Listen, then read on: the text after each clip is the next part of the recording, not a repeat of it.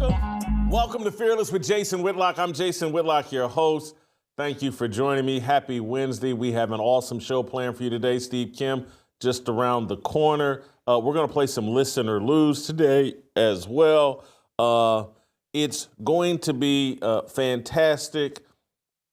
We're going to start out, and you know what? Let's get it rolling right now. We'll start out with a phone call I got last night from a friend, a longtime.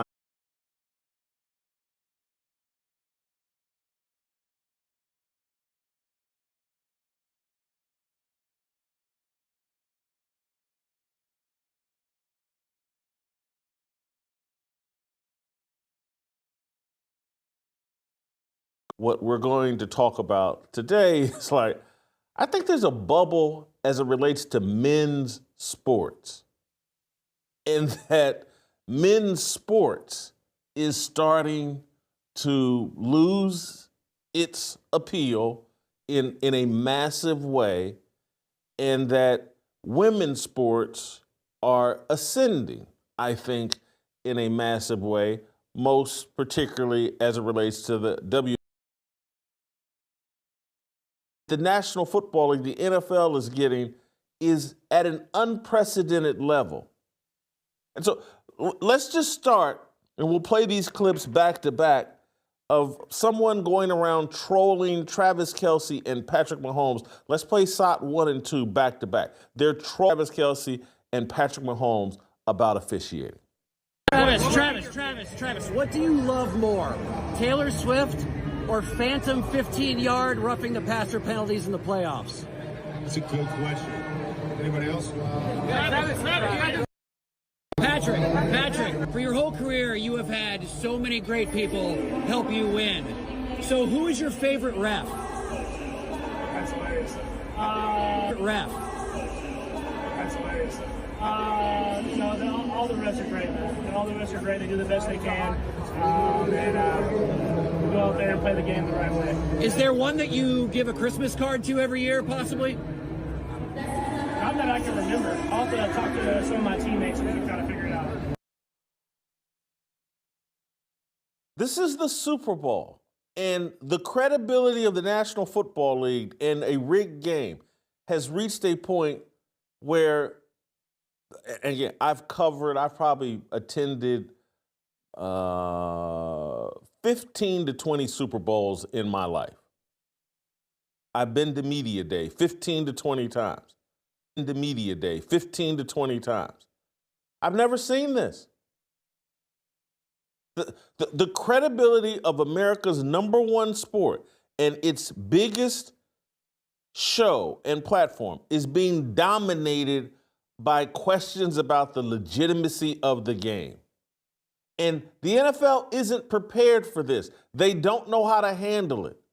The NFL has been so focused on everything other than the actual game and the quality of the game that they're not prepared to even defend their game. They don't even know how they got in this position, and they're going to start ripping press passes away or spread money around, or they're going to have to do something to make this go away, because this is going to eventually undermine the NFL if it already hasn't. So here's the other headline from the NFL Super Bowl week this week, and you tell me this isn't just another symptom, another sign, like, man, what is going on with professional sports and the NFL and the Super Bowl and just men's sports? They had to make some announcement, or they got questioned about the logo. That they asked Roger Goodell about the slogans that they put in the end zone. End racism. And so there's a story about how end racism will no longer be in the end zone in 2025. They're going with choose love. And then at the other end of the end zone, they're going to stick with it takes all of us. And so they're removing end racism because they know that's been divisive. They know that the political climate is like, hey, man, this whole little blanket accusation that everything about America is racist and every white person is racist, that's run its course. The George Floyd hangover, everybody sobered up from. And so they're ending that. But they're keeping the Black national anthem. No change on that. They're going to play Lift Every Voice and Sing, or have someone sing it and make that a part of the Super Bowl festivities. They're going to continue to troll or antagonize their largest fan base. People don't like men's sports. The main thing is no longer the main thing. The actual players on the field, the competition on the field, they've turned the NFL into a story where the refs are just as much a part of the narrative and storyline. And again, they might as well start giving them all pregame introductions and saying which college they came from. And then let's go to America's number 2 sport, allegedly. College football actually is, but we pretend like the NBA is. And this week, what's the conversation about? The legitimacy of the competition and, hey, what is really going on with the Luka Doncic trade? So the NFL and the NBA have major storylines going on that question the integrity, the legitimacy, like, does competition really matter? This is what's going on with our 2 highest profile sports in America, men sports. And on the other side, and this is the argument I was making to my friend and I've been making on this show, and I really hadn't given it full thought until last night, because I'm a hardcore Indiana Fever fan, and I'm trying to kick the habit. Caitlin Clark has irritated me with her woke stuff, but I can't kick the habit. They've built a super team. They're going to make it to the WNBA finals and probably win, at least on paper. The team they've put together with the coach, it looks amazing. But my buddy pointed out something that I'm just be honest with you, I was asleep to. He's like, hey man, the Las Vegas Aces, they're definitely making the NBA finals. They got Jewel Lloyd. And I go, they got Jewel Lloyd? I didn't know that. That didn't come. And again, I'm asleep at the wheel, because again, I'm a Fever fan, but it's just, I knew that Kelsey Plum got traded, but I guess I just hadn't paid attention to who she got traded for. She got traded for a much better player, someone 2 to 3 inches taller, more athletic, a perennial all-star, Jewel Lloyd from the Seattle Storm. Perennial all-star. And so they got Jewel Lloyd, they got Chelsea Gray, they got Jackie Young. That's 3 people in their backcourt. I think that all 3 were all-stars last year. And of course, they have Asia Wilson. And so my friend's point is the WNBA has manipulated their offseason in a way so that they actually have a Boston Celtics, Larry Bird, Los Angeles Lakers, Magic Johnson rivalry in the WNBA. You're going to have Asia Wilson, who's arguably the best player in the WNBA, and she represents that woke, Yas Queen, why aren't I being worshipped enough? Angry black woman. And then on the other side, you're going to have Caitlin Clark and the exciting whites. And I know, hey, we're just days away from the Super Bowl, and you guys don't want, why are you talking about the WNBA? Why are you even thinking about it? I don't want to do it. I want football. Let me hear more about officiating in football. But I'm telling you what's coming. This WNBA, whether you like it or not, and whether you like the fact that Caitlin Clark bent the knee, the WNBA has created the magical storyline. The storyline that has worked all throughout television history. They got conflict between, they've created it, and I know there are black players on the Indiana Fever, but they've created conflict between black and white. And now they have two super teams. Now they have Larry Bird's Boston Celtics that had Bird and some exciting whites and Robert Parrish and Dennis Johnson.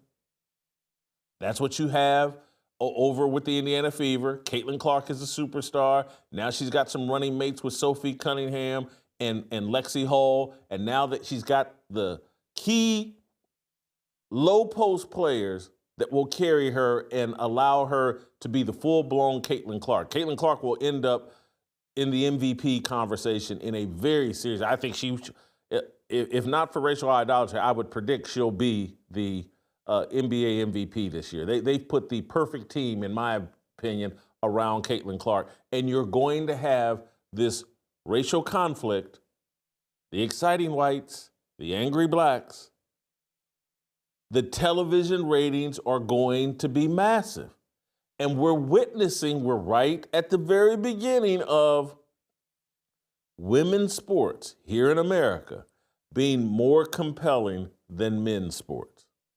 And I know Steve Kim's going to come on and call me crazy, and he's not going to do it. He's not going to watch, blah, blah. He doesn't understand what's about to happen.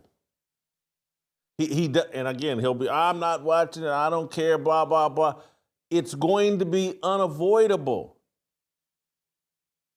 It's so compelling. And there's a lot, what's missing in the NBA and to some degree in the NFL with all this jersey swapping and we're all best friends and we're all working behind the scenes to play on each other's teams. But this is going to be legitimate competition with legitimate anger and animus and dislike of each other. I am perceived as a Caitlin Clark homer and fan, and it's accurate.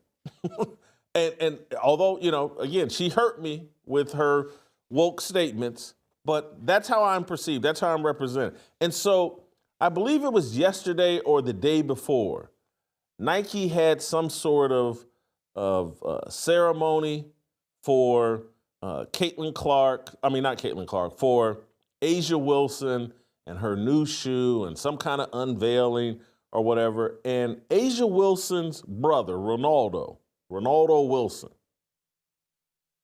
he christened the occasion by attacking me. And over some comments that I made a few months ago. I can't remember exactly when. I think we have the clip. It's SOT number 7. But I said some things about A'ja Wilson and her shoe and Nike's kind of wasting its time and money. It's not going to work. And somehow this week he went to Instagram 24, 36 hours ago and just viciously attacked me. And again, he's attacking me because I'm a black dude that likes Caitlin Clark. I'm not the only one. There's a lot of Caitlin Clark fans. People that love basketball love Caitlin Clark. But his attack on me is really, in my view, now again, it's certainly an attack on me, but he's basically attacking Caitlin Clark fans and people who think like me. But let's first give you the context of what it is that I said that triggered him, and then I'm going to read you his comments on Instagram. Let's play SOT 7. Her parents gave her a poisoned mindset. A'ja Wilson, Nike is putting out a signature shoe, giving her a logo. She's got a shoe contract. No one's going to buy her shoes. Nike knows it. Everybody knows it. There's no demand for an A'ja Wilson shoe. She is, for lack of a better description for the WNBA, she's Tim Duncan, a great player that everybody respected. But no one was running out to buy Tim Duncan shoes because he plays a boring brand of basketball. So this is Nike taking a huge bet on A'ja Wilson. And you got to remember, Caitlin Clark is with Nike as well. They haven't released, Caitlin Clark's the biggest star in sports, in my opinion. They haven't released a Caitlin Clark shoe. And she's the biggest star in sports, in my opinion, right now, and the demand for a shoe and apparel related to Caitlin Clark is through the roof.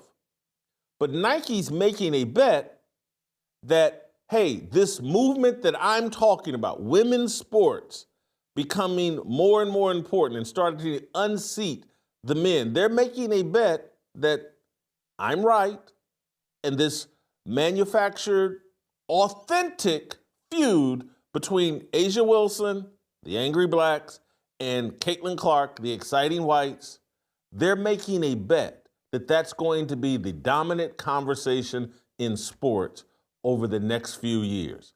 And they feel like they can sell shoes with A'ja Wilson because of that. That the conflict, the race war that they're building up in the WNBA, no different than Magic Johnson, Larry Bird in the 1980s, but with women and with real emotion, real anger attached to it.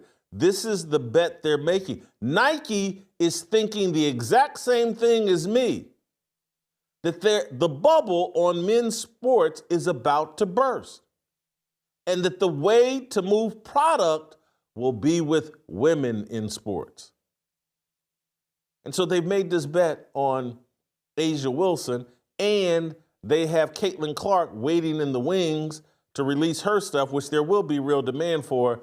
But Ronaldo Wilson, A'ja's brother, is an example of the type of anger and emotion attached to this feud that's coming, that Nike and everybody else is just seeing cash registers ringing everywhere. Oh, we about to make money off this.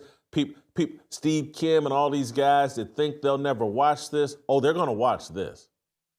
We're going to make them watch this. This is going to be so compelling and so real that they're going to watch. So here's Ronaldo Wilson, on A'ja Wilson's brother, going off on me on Instagram, I believe on Tuesday. So do y'all hear what this unseasoned faced Negro had to say about my fam? Excuse real Jason Whitlock, if you don't like my sis or anything surrounding her that much, then just keep her name out your damn mouth. You need to stop talking about any of these ladies like this. You don't know what the F she went through coming up as an athlete. Let me be very clear. I have nothing against Caitlin Clark. Yes, you do.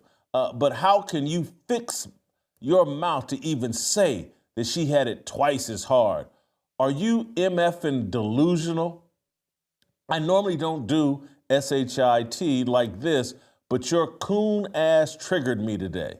Then to say nobody's going to buy her shoes, that's not facts, that's hate. Then to try to compare it to Tim Duncan, if you knew your culture, then you would know that he had one of the most popular sneakers on the streets, still selling for $300+ and was just re-released last year. Of course, you probably wouldn't know because your wide foot ass can't fit them. My sis has produced and solidified her stock in the league with what's GMO? Is that some kind of steroids, or I don't know, what is GMO? And OMG, I can't wait for this shoe apparel to drop so we can all slap you in the face with these numbers.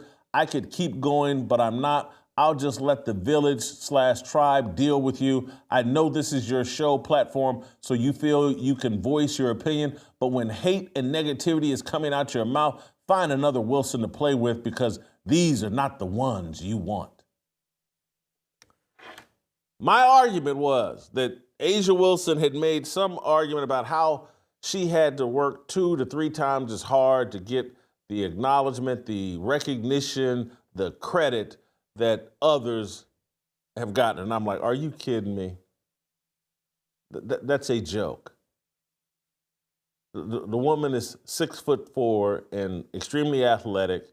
The world, a segment of the world, the sports world, has been pandering to her probably since she was in 3rd, 4th, or 5th grade. She's trying to act like she's Rosa Parks, and that ain't the case either. Comes from a very nice family that had her in, I think, one of the best Catholic or private schools in the area where she lived in. Goes to South Carolina. She's backed by the most powerful person in women's basketball, Don Staley. Oh, but I had to do twice as hard. No, baby girl, you're 6'4". You know how many women are 6'4"?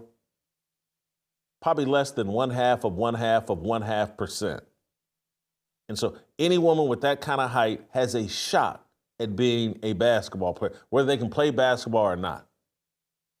And then you got blessed with some athleticism and can really play. Just miss me with, oh, you just don't buy it. Nobody knows how hard it was. It wasn't that hard. And I look at my own struggle. And me and my father lived in a one-bedroom apartment in the hood my senior year. But my struggle wasn't that hard.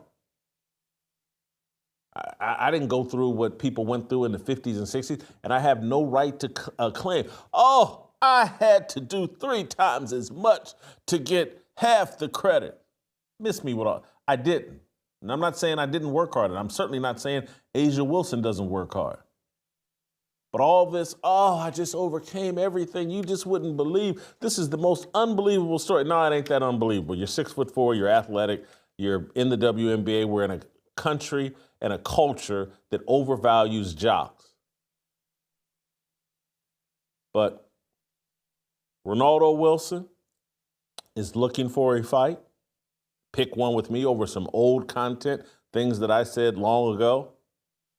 And it's because the WNBA and Nike and the powers that be, they're looking for a fight. They're looking for conflict because they know that's going to just elevate the women's game and women's athletes even more. People are about to choose sides in a real way as it relates to Asia Wilson and Caitlin Clark, the Las Vegas Aces and the Indiana Fever. The New York Liberty are sitting out there. They got a good team. They just won the championship. They got Breanna Stewart. They got Sabrina Ionescu. They got I don't know why I can't think of the center's name, but she's a really good player, can hit threes. They got a great team in the New York Liberty, but I don't think they're going to be the factor that they were. They got lucky and won the championship this year. And you got the Minnesota Lynx out there, that angry group of women that will be good. But this league is now about Asia Wilson and Caitlin Clark. It's about the exciting whites and the angry blacks. And this clash is going to elevate women's sports to an unprecedented level. People think you enjoyed watching Serena Williams, and you did. You really have lied to yourself and think that Simone Biles, that you watch her once every 4 years and you think that's a big deal. It's not. It's a once every 4 years Olympics deal. No one even knows what's going on in gymnastics. Everybody understands basketball. Everybody understands basketball. Virtually every boy or girl in America picks up a basketball at some point and shoots it at a hoop. Everybody understands. It's not that complicated. It's not football. You don't need to be rich like you do tennis or golf. Everybody understands basketball, and everybody understands that there is a conflict between black women and white women. And it's going to play out on a basketball court. And the Yas Queens versus the suburban white girls is going to be the biggest story in sports. And it's going, it may be 20 years from now. People are going to point to what they've created here in the WNBA and what the WNBA and what they've allowed to happen in the NFL and in the NBA, and questions and conversation about the credibility of those leagues. And they're going to say, man, that was an inflection point. That was the beginning of women in America becoming the biggest stars in sports. It's happening. We're watching it. We're at the beginning process of it. It's a slippery slope. No different. The people that 15, 20 years ago or whenever was like, hey, man, y'all better be careful with this gay marriage deal. That's a slippery slope. It's going to lead to X, Y, and Z. Nah, they just want to get married. They just want to be like us. That's it. No, it's a slippery slope. We're at the beginning of another slippery slope as it relates to sports. Wanted to unpack that. We'll bring in Steve Kim, talk some other Super Bowl related topics, some other sports topics, get his reaction to what I just unpacked there. Before we do that, I want to talk to you guys about My Patriot Supply. We've all seen the headlines: cyber attacks on our power grids, drones in the sky, violent attacks on everyday Americans. The ugly truth is no leader, no system can protect you from everything. And the last thing I want is to be standing in line depending on help that may never come. And when crisis hits, food is always the first casualty. Everyone needs it, and panic buying makes things worse. That's why I've made sure me and my family are prepared with My Patriot Supply. Their 4-week emergency food kit gives you the nutrition you need to stay strong in a crisis. With 2,000 calories per day and 100% of your daily value of 12 essential vitamins and minerals, this kit keeps you going when every meal matters. Right now, they're offering $50 off their 4-week food kit. Go to preparewithfearless.com right now to grab yours. Don't put this off. Now is the time to prepare. That's preparewithfearless.com to get your 4-week food kit today. Steve Kim, Korean Cosell, X.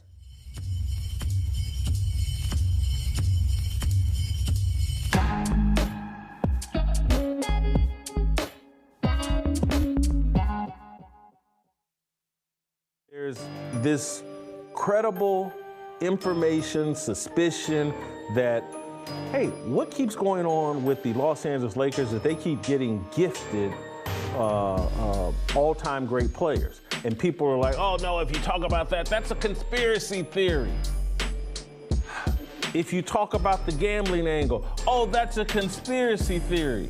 All you're supposed to do is accept the fact that one of the 2 or 3 best players in the NBA gets traded to the Los Angeles Lakers for a 31-year-old, injury-prone, really good player, but he's 31 years old, he's injury-prone.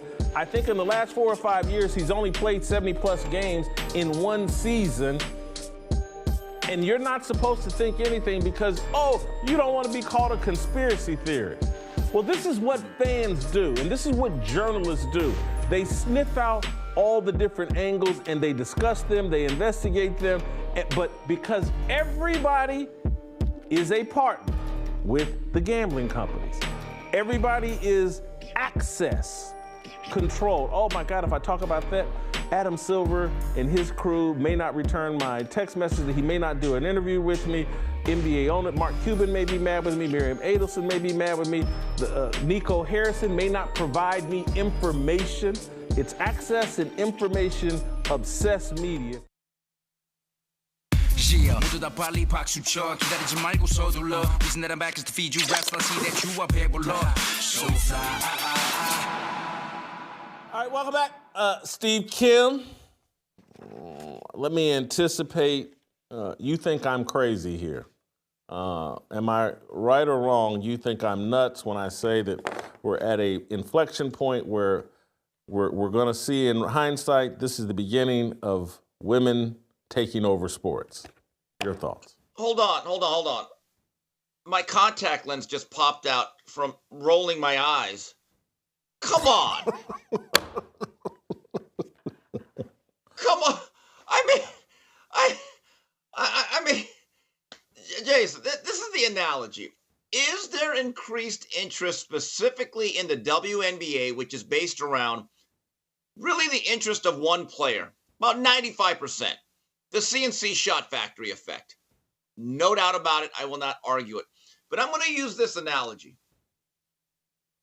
Just because you originally run a 5.8 40, and then you do a Mike Mamula and you train for it and you get better and you go to the combine and now you run a 5.5 40. Yeah, I mean, theoretically and factually, you are faster. Does not make you fast. Now, Jason, I will give you credit. I do believe there is waning interest or suspicion over men's professional sports. I think there's a fatigue over a lot of different things that which we have talked about for 3 years. But closing the gap is a relative term. It's very relative. Again, you may be factual, but you're not that factual. But I'll give you that. Jeez. Steve, I like the analogy. I'm going to say this. So there's 3 people, or there's 3 standards we need to be looking here. men's sports had been running a 4.540 or a 4.240. Let's say 4.2. they were running a 4.240. Okay. And women's sports were running a 6 flat 40-yard dash.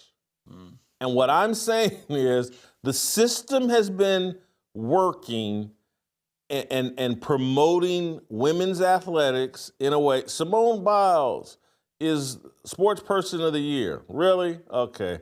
The U.S. women's soccer team is the biggest thing, and Megan Rapinoe and whoever the other women are, they're the biggest thing. This has all been manufactured.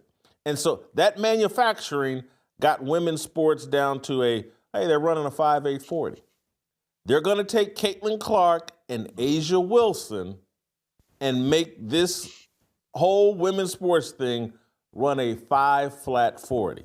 Meanwhile, all the corruption or suspicion of corruption in men's sports is going to make that 4.240 guy start running a 4.7. And once it's a 4.7 versus a 5.0, and they continue the manipulation, it won't be long before the women are outrunning the men in sport. The men don't care. The women still care, and you can see it. These women hate each other. There's real animus and jealousy. They're attached to a narrative that always has worked in America: racial conflict. This is a rigged job. This is, and it's a smart one. Hats off to the WNBA for putting Sophie Cunningham on the Indiana Fever and making suburban white women and their daughters even bigger WNBA fans. That team's going to look like something that suburbia can fall in love with, and it's going to happen. And as suburbia falls in love with it, urban America is going to hate it and throw even more support behind Asia Wilson. And rising tide lifts all boats. The WNBA and Caitlin Clark and Asia Wilson are about to lift up all women's sports. Yeah, the problem is most of the women, the WNBA, their attitude is the iceberg to the Titanic. It's going to sink it. And so what you're saying right now is from 4.2 to 4.7. Okay, so men's sports is becoming Randy Moss as a Tennessee Titan. Okay, I don't completely disagree with that, but here's the reality, though, Mr. Whitlock. Even this watered-down, diluted version of the NBA, which has become a glorified layup line. I've seen more defense at Rucker Park on a summer afternoon. I think it's just a much better watch. The one thing that stood out to me about Caitlin Clark, and I'm not a big fan or a fan like you are, aesthetically, she's fun to watch. Her game and her skill set, I think, wow, she can play. And she plays like, and this is the biggest compliment I can give any women's player. I know some aren't going to like it. She plays like a guy. She plays like a man.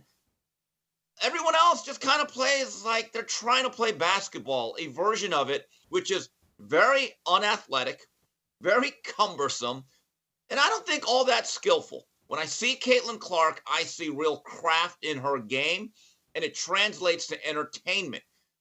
Men's basketball, even the version that we see right now that us purists or old-timers hate, it's still a much better watch. That is the reality of it, Jason. You will never overcome that gap. It's a better watch, but do people believe they're watching something real? Do they believe they're watching something? People watch because they want to believe we're seeing great competition. Look, okay. Whatever's happening on the basketball court, if you really evaluate it, it's not ballet. It's not gymnastics. It's not something that's so beautiful and so artistic to watch that you just watch because of the artistry. You watch because, hey, the New York Knicks really hate the Indiana Pacers. And there's a real villain. There's Reggie Miller, he's a villain. There's Spike Lee, he's a villain. Why is the WWE? Okay. All right. Because they have a heel, they have bad guys. They sell a narrative and a storyline. Here's a good guy, here's a bad guy. That's what the WNBA is about to sell, and we don't have that in men's sports. To the example you stated, let's go to the 90s when the Pacers and Knicks were a great Eastern Conference rivalry. There's no doubt about it. Reggie Miller and the Larry Brown coach team, Mark Jackson, the Davis boys, Detlef Schrempf, and the Duncan Dutchman, Rick Smits against the budget version of the Bad Boys, the Game of Force led by Pat Riley and Pat Ewing, Oakley, Mace, all them.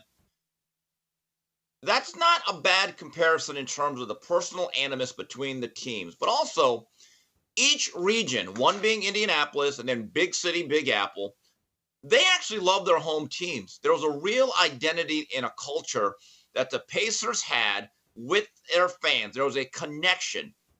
So they love the home team, and you represented us as people. Do you really think outside of Caitlin Clark's fandom and that particular team in Indiana, I find some of these players so unlikable that even the home markets, they may not hate the Asia Wilsons of the world. You know what they do?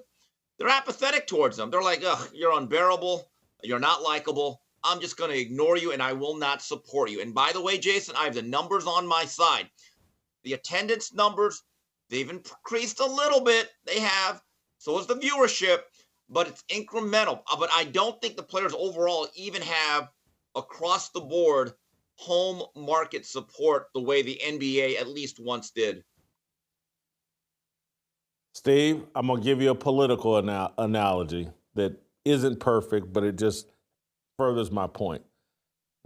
What they're building in the WNBA between Asia Wilson, who Nike is supporting to the highest level. This is Nike, generally speaking, doesn't miss. They get what they want. What they want to happen happens in American sports culture. They're betting big on Asia Wilson.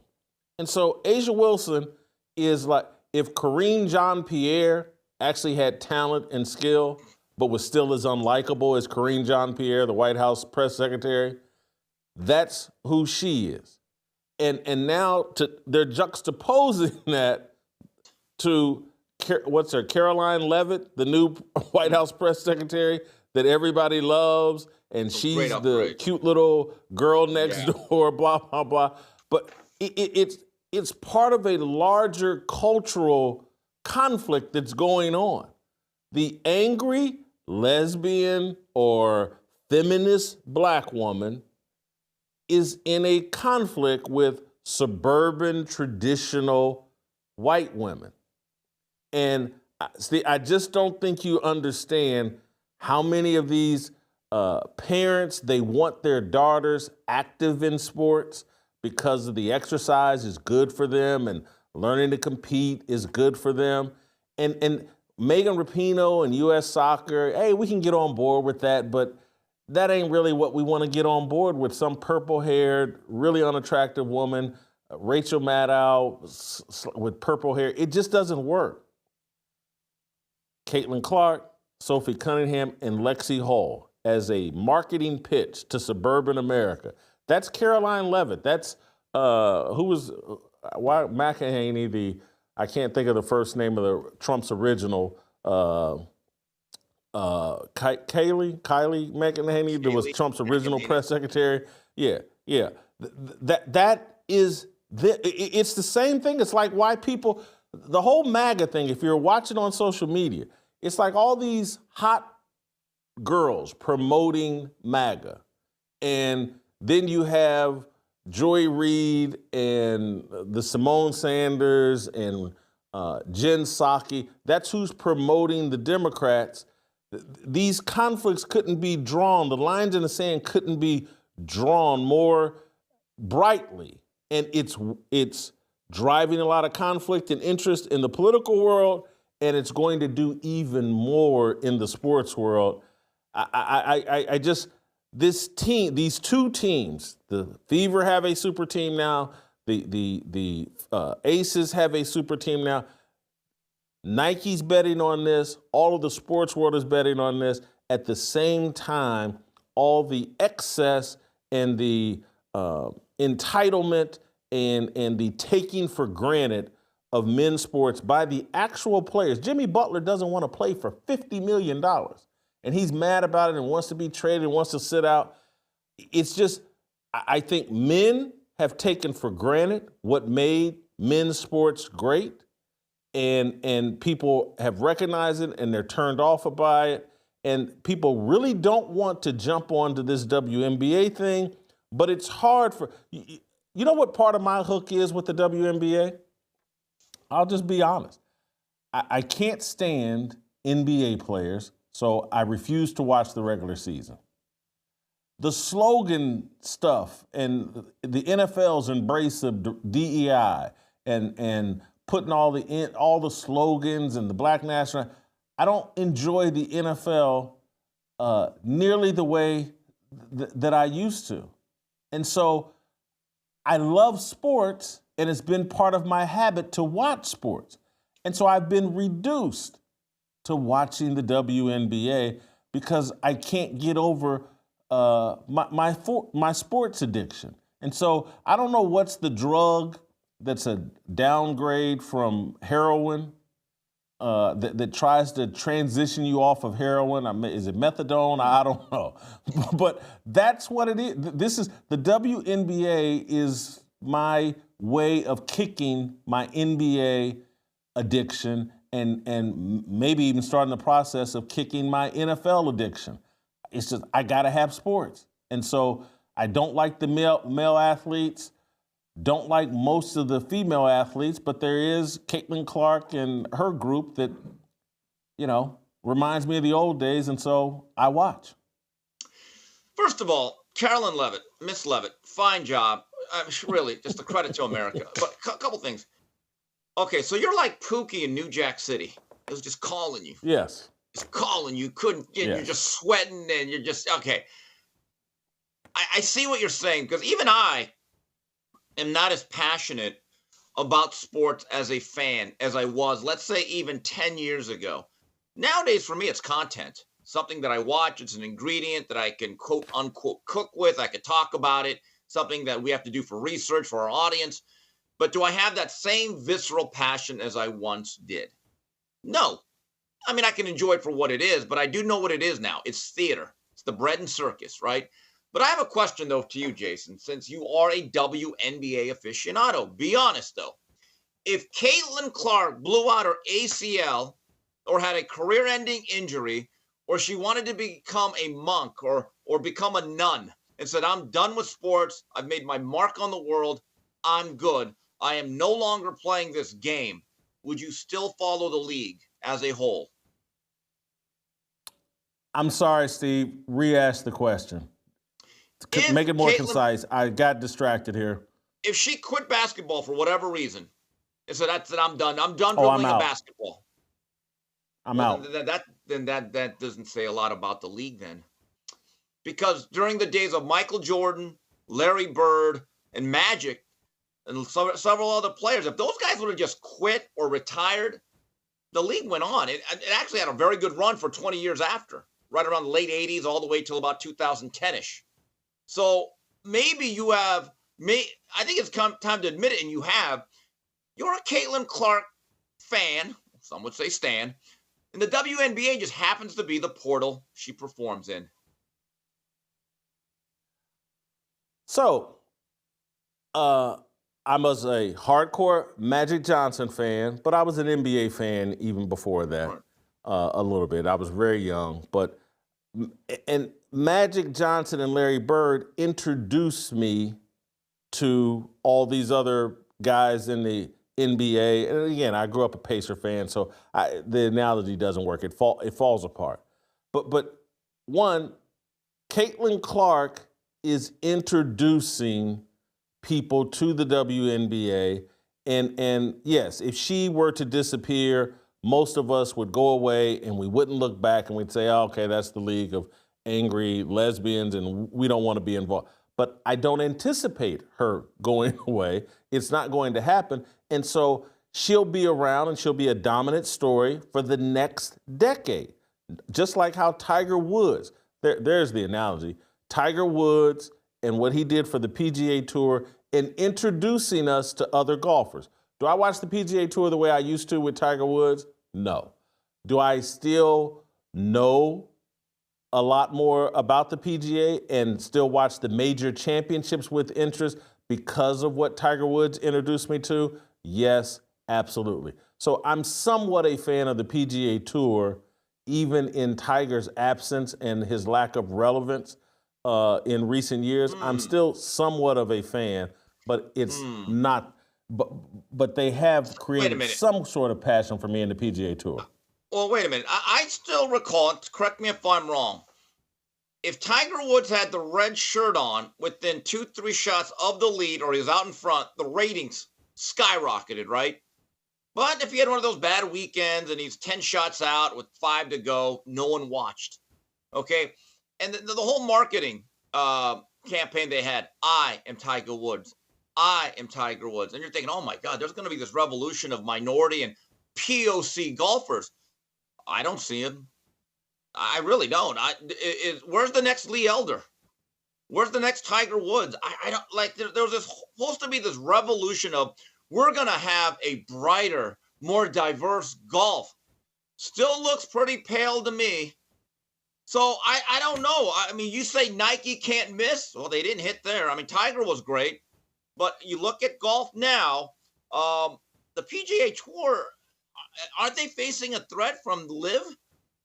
So I don't know. Maybe maybe Tiger Woods is Caitlin Clark then, because all I know is this: I don't see the next Tiger Woods out there. Let me let you hit a couple of these other things related to this.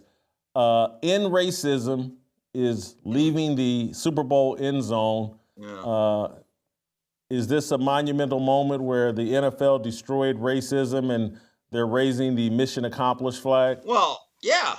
What happened was the Eagles had a white starting cornerback, Cooper DeJean, and at that point it was then decided we got a white cornerback. We've done it. We might get an Asian running back by 2035. Here's the question that I have. I don't know if it was asked or not. I don't really watch any of these shows anymore. Are they going to do that other national anthem before the game? Yes, Is that they still are. a thing? They are. Yeah. Okay, well. Still doing, yeah. Okay, but I have a different view of it, of that. That's never really angered me. For number one, I've always ignored it. It's never really bothered me in a sense that, to me, if I was in the audience in a stadium, I wouldn't boo it. I don't know if I'd necessarily sit down as a protest, but it would be a good time to go to the restroom. I think people have to understand, like, look, just because someone has a slogan or a phrase or they have a movement and they want to speak out, we also have the right as an audience to tune it out and just ignore it. We do, but look, man, we're at a time where we should be looking for ways to come together. And sports used to be a big part of that, of bringing people together across racial, economic differences. And now they've gone just the completely opposite direction. Hey, we're going to do a special national anthem, the Negro national anthem, and it's divisive. It just is. And it goes against everything sports used to stand for. And it's just another example of how foolish. It's not about the game. It's not about traditional sports values. It's about, hey, how do we introduce a divisive political issue or a divisive cultural issue into the narrative so that we can pump our chest and virtue signal and say, yes, we gave black people another symbol that we'll pat them on the head and tell them that we love them, when in reality, singing the Negro national anthem at the Super Bowl, putting in racism in the end zone of the Super Bowl, none of that accomplishes or does anything. Steve, I want to ask you a couple more things.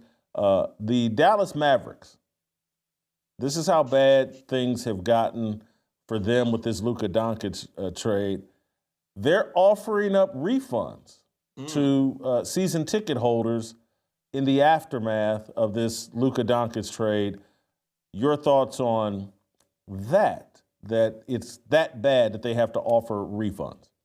I actually give the Mavericks credit because they're under no obligation to do this. If you ever read the back of a ticket, it basically says, as a fan, as soon as you pay the money, you almost have no rights. You really don't. Whether that means a foul ball gashes your head and splits your head open, or if a team trades its iconic franchise player at the age of 25 and depresses you and your children for the time being. It's an unprecedented move from my recollection. I've never seen anything quite like it. I don't know where the Mavericks go from here, but look, they're still not a bad team. I still maintain, for as lopsided as this trade may be and as suspicious as the real reasons for why it happened, you look at that absolute roster, Anthony Davis, as long as he's healthy, which, again, that is a bit nebulous, is a still highly effective player that helps you on both sides of the court. But I give the Mavericks credit. I think they certainly read the room here. Speaking of reading the room, LeBron James made a comment that when he first heard about the trade, he thought it was a hoax and that he was just like everybody else. And some people have argued that, hey, there's no way LeBron didn't know. And LeBron went after a CBS reporter who tried to insinuate that LeBron had some problem with Anthony Davis. And LeBron tweeted out the guy's a liar. And, LeBron's been pretty adamant that he had nothing to do with this. He's been taken by surprise by this. I think I completely believe LeBron here. And I actually think LeBron's been humbled a bit here that the organization would make a move like this. And he was totally blindsided by it. Jason, isn't Anthony Davis also part of Clutch Sports? And yes. And if Anthony Davis is surprised and Maverick Carter, and I've read the reports of those who are on the inside, guys who cover the beat, there's a theory that this is a way of the Laker organization starting to move away from not only LeBron, but the influence of Clutch. So, yeah, I happen to believe LeBron here because I don't think he was in the loop. I really don't. I mean, this trade was so surprising. I've had it described. I've been listening to various shows and podcasts.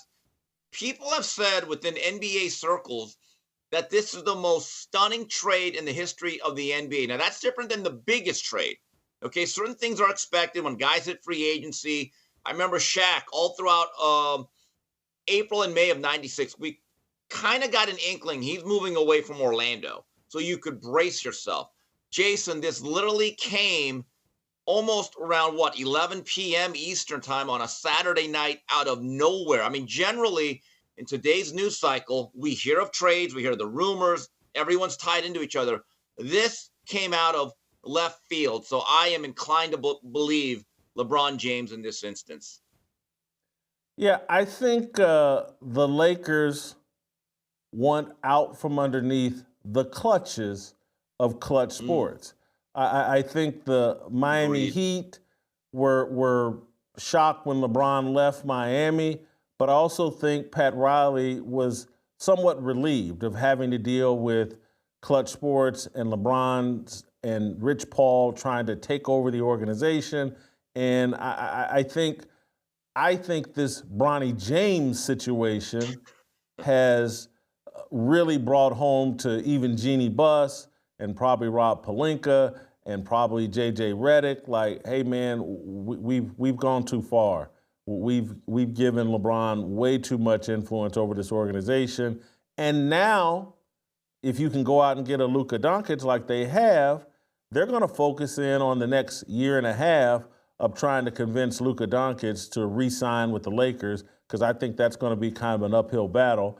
And so, yeah, I think LeBron was surprised. I think it's intentional. They wanted to shake LeBron up. It's like, hey, man, we've drafted your kid.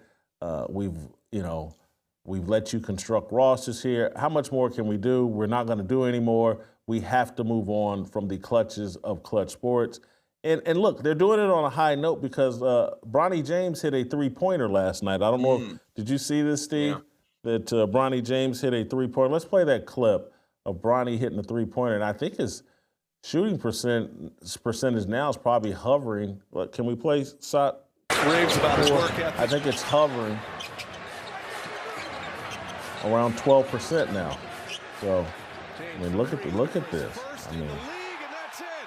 His There we first go. made three, Bronny James on the board after he missed his first 9. So he's 10%. Missed 9 straight threes. Yeah, he's 10% from three-point range. Yeah. Your thoughts as a Laker fan in recess? In recent, last week I named a lot of the great Laker human victory cigars. The one that I forgot, and was my favorite because he was actually a good athlete, Leapin' Larry Spriggs, where number 35 is a southpaw, used to do some monster dunks in garbage time. And I knew, Jason, when Spriggs was in the game, old Francis Dale Chickhorn had put the game in the refrigerator. Eggs were cooling, butter's getting hard, Jello's jiggling. And it was a great time to be a Laker fan. So yeah, basically Larry Spriggs, modern day Larry Spriggs, hit a 3-pointer. Congrats. Steve, I'm going to let you go. Thank you so much. Great job, as always. We're about to play some Listen or Lose, thanks to the Fold app. Butter's going to join me. I told you guys we had to play Listen or Lose a little bit early this week because of my travel schedule, and so we're doing it today. The Fold app, if you haven't been paying attention, is a new sponsor that's jumped on board with us. They're helping me understand Bitcoin and how to get in the Bitcoin space.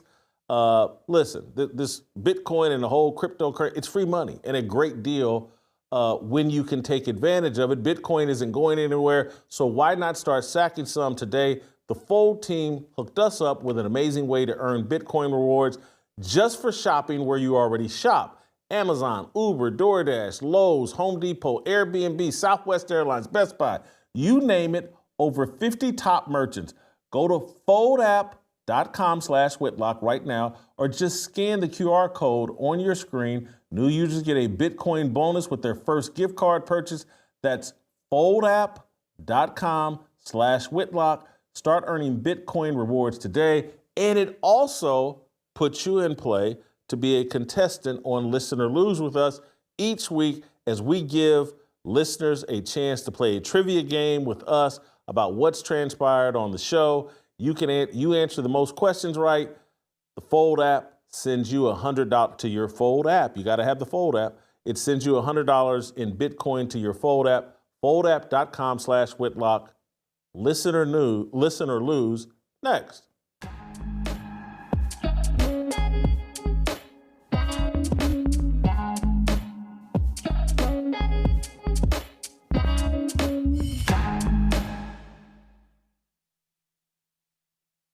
Welcome to Extra Fearless with Jason Whitlock.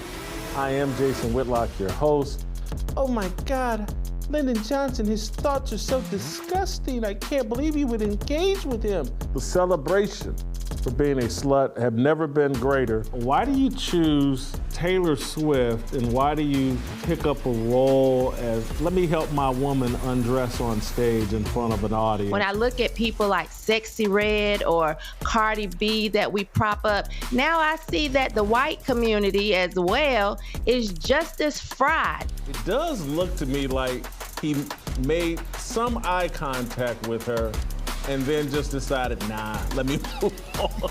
The BET Awards seems like a psyop at this point. It's just Democratic brainwashing. Get in there and fight for all the things. Steve, that's it for you. I'm done.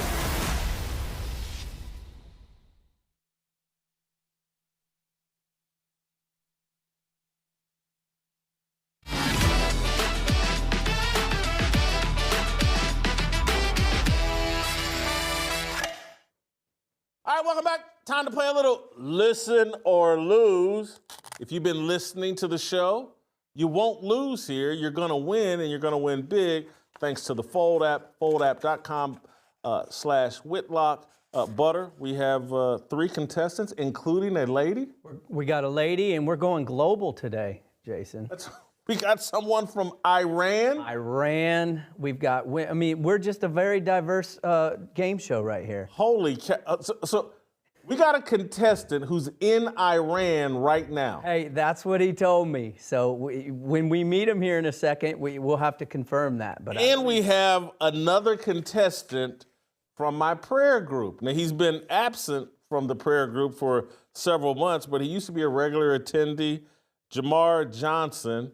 Anyway, can we bring I got to spend some time getting to know these guys a little bit, particularly Lynette and Jamar I already know. Muhammad, who's in Iran. I'm going to start with ladies first.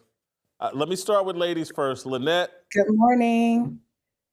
Good morning. Lynette, I'm so honored. Where you live, Lynette, by the way? I live in Oakland, California. Oh, Oakland, California. West Coast. You couldn't be more leftist or left wing. You're a woman. This show's very patriarchal.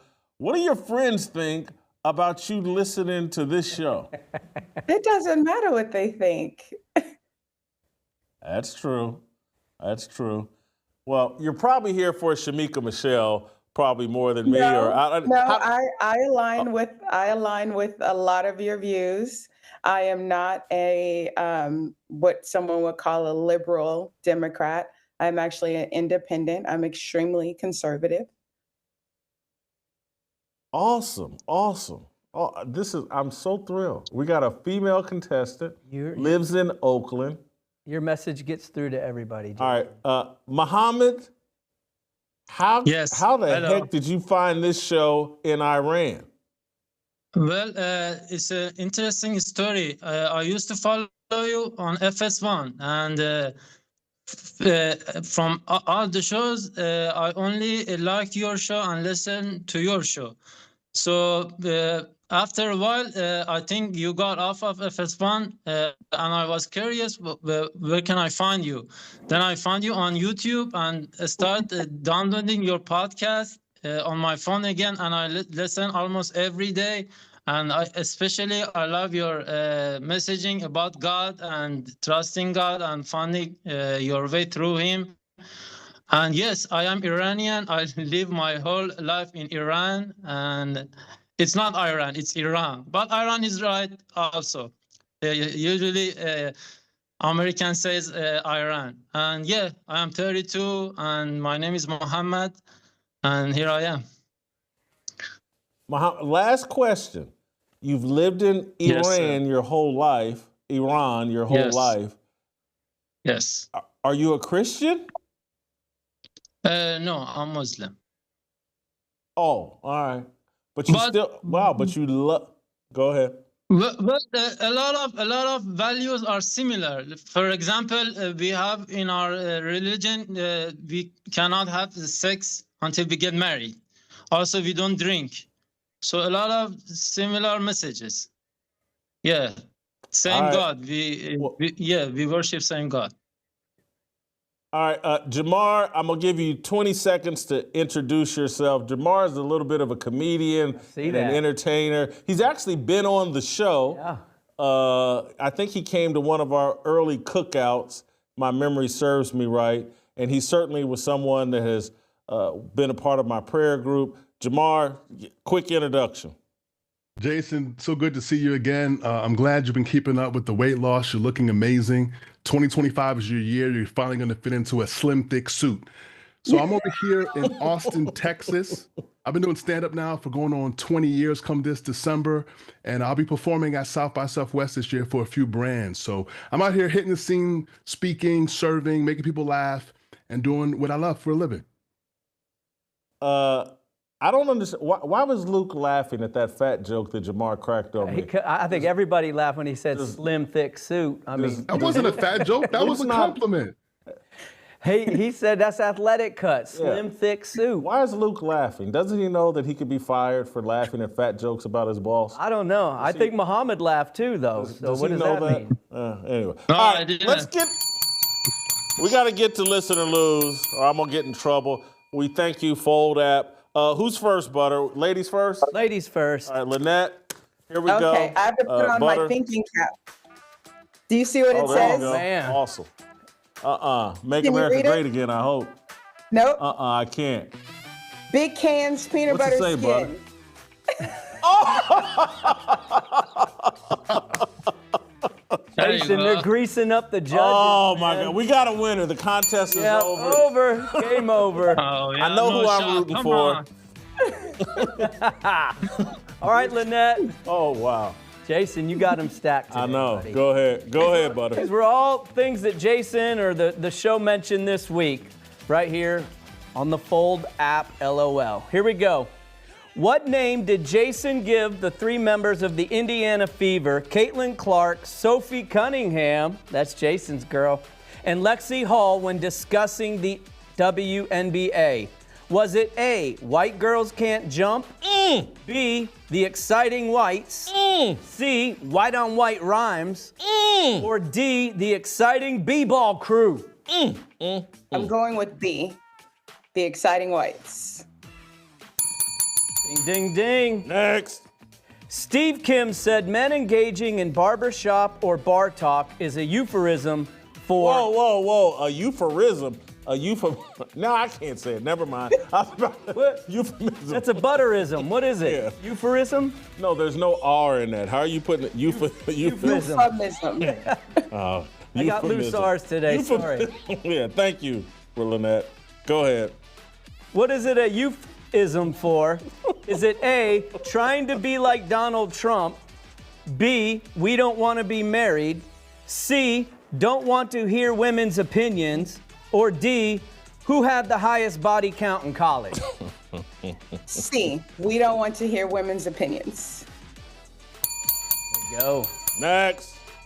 Roll Call 3.0 is back. Congratulations, Jason. Here in Nashville this year on May 2nd and 3rd. Along with Tucker Carlson, a big-time country music entertainer was announced as a performer this week. Was it A, Jamie Johnson, B... I'm sorry, go ahead, I'm sorry. You're welcome, Come on in. Was it A, Jamie Johnson, B, Alan Jackson, C, Girth Brooks, or D, Morgan Wallen? Girth Brooks? You taking a shot at Garth Brooks? That's his adult star name. All right, Lynette, go ahead. I'm probably going to get this wrong because of your clearing of the throat, but I believe that it's A. Jamie Johnson. Go ahead. Next. Shamika described Cowboy Carter, the album, as A, timeless, B, a masterpiece, C, trash, or D, that album got the cooties. C, trash. Jason, these are harder questions this I know. week. And she's knocking it out of the park. Go ahead. Here's the fifth one, Lynette. Who was Jason referencing as the little she-man at the DNC leadership convention? Was it A, Kevin Hart, B, Jonathan Capehart, C, Gary Coleman, or D, Al Sharpton? The little skinny man is D, Al Sharpton. No, I didn't get it right. 4 for 5. No, Jonathan Capehart. Oh, Might have been throwing it, Jason. Jonathan Capehart. You went 4 or 5. Yeah. Jamar, floor is yours, buddy. Here's the questions. All right, Jamar. Both Jason and Steve referenced this running back as being part of the most controversial trade in sports history. Which running back did they both reference? Was it A, Herschel Walker, B, Eric Dickerson, C, Adrian Peterson, or D, Saquon Barkley? I'm going to go with B, Eric Dickerson. Next. While speaking with, will you help me say this name? While speaking with Chris Cratville. Okay. About the Mavs' dealings with the local governments, what TV show did Jason say this conversation has a comparable plot? Was it A, Breaking Bad, B, Hoop Dreams, C, Yellowstone, or D, Coming to America? I'm going to go with C, Yellowstone. They watched the show, Jason. Next. They watched the show. According to the Dallas Mavericks GM, how many teams did they discuss trading for Luka? Was it A, one team, the Lakers, B, two teams, the Lakers and the Heat, C, 3 teams, the Lakers, the Heat, and the Cavs, or D, 4 teams, the Cavs, the Suns, the Globetrotters, and the Pacers? I'm going to go with A, 1 team. You had to keep it under wraps. That was too easy. Next. Who did Snoop threaten to assault? Was it A, Drake, B, Jason Whitlock, C, Donald Trump, or D, Gayle King? Now, this is a tough one because a lot of people want to assault Jason. But I'm going to go with D, Gayle King. B and D were both accurate. Snoop has threatened me. So anyway. That's what I'm saying, Jason. That was a trick question. Next. All right, Jamar, here we go. Last one. During a discussion about this year's Grammys with Shamika and Butter, what song did Jason play on his phone during that discussion? Was it A, Wanted Dead or Alive by Bon Jovi, B, Adore by Prince, C, Let Me Love You Down by Ready for the World? Oh, that's a classic. Or D, Step in the Name of Love by R. Kelly? Wow. This is a tough one. I can't see Jason actually saying Step in the Name of Love because we will not name the last guy there. But I'll just go with B, Adore by Prince. Woo! 5 for 5. We got a leader in the clubhouse. Hey, Jason. In the chat. Yeah. Hey, Jason, I want to come MC at this year's roll call, so let's talk some business after this. Sure, Jamar. You quit praying with us, but you want to go lead my men's I didn't conference quit praying. I got stuff to do. I'm working. with us. Muhammad, you're on the clock, brother. I'm rooting for Yes, the man sir. from Me too. Iran. Me too. Anyway, Thank go you. ahead, brother. Thank you. All right, here we go. Yes. Which NFL receiver did Jason say the Buffalo Bills should pursue this offseason? Was it A, T. Higgins, B, Amari Cooper, C, Cooper Kupp, or D, TJ Moe? C, Cooper Kupp. Yes, sir. Next. Steve Kim said choosing between LeBron and KD is like choosing between A, chlamydia and Brittany Griner. Anyway, yep. Hey, I didn't write these batch of questions. These are on these. You screwed up the name. It was supposed to be Brittany Renner. But go ahead. Next. Oh. Yeah. Go ahead. Keep going. I got lost. Was it A, chlamydia or Brittany Griner? B, syphilis and gonorrhea? C, public lice and cold sores? Or D, genital herpes and HIV? Come on, the disease question for me, I'm gonna go with B. Oh! Hey, You pulled that one out of your rear. they have a lot of STDs Yes, over sir. in Iran. Hey! Next. You're gonna get us all killed. Don't he's make not- any he's trouble. Yeah, no, they don't. None of them. During a discussion with Jason about the the NBA, which analyst did Steve Kim say we need to let cook? Was it A, Shams Sharnia. Charnia, B, Pat McAfee, C, Brian Windhorst, or D, Charles Barkley? D, Charles Barkley. Correct. Come on, buddy. Next. What NFL broadcaster called out the NFL officiating in defense of gamblers? Was it A, Troy Aikman, B, Harry Carey, C, Kirk Herbstreit, or D, Greg Olson? A, Troy Aikman. Right. If the moon was made out of cheese, would you eat it? All right, run the table, buddy. Here we go. Which of these three female sports franchise owners were referenced by Jason talking about the Luka trade? Was it A, Miriam Adelson, B, Jeannie Buss, C, Georgia Frontieri, or D, all the above? Miriam Adelson. A. It was all the above. Jason. I mentioned them all. Oh, so close. Yeah, you Holy did, but cow. Muhammad, Lynette, this is why you need to be praying with me every Tuesday.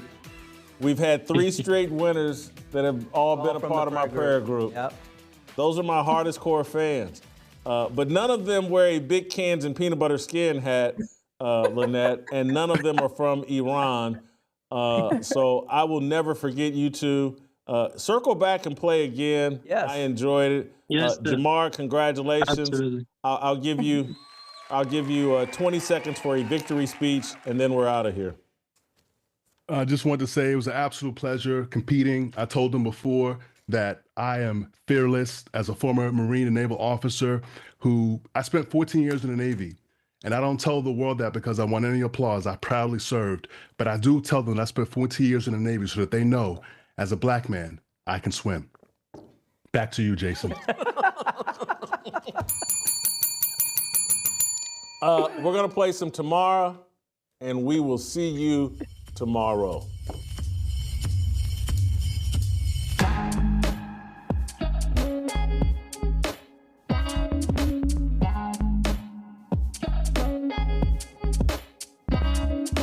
Waiting for the countdown, coming off the breakdown, standing in line for freedom. Looking for a breakout, feeling like a standoff, nothing in life like freedom. Came in like a fighter, striking like a ladder, making all these moves for freedom. I want freedom. No negotiation, my sister, no relation. We all just wanna have freedom. Sitting on the corner, never been alone. I'm breaking my back for freedom. Blessed, we are living, get back. We are receiving, all deceiving. We all wanna be free. We want freedom.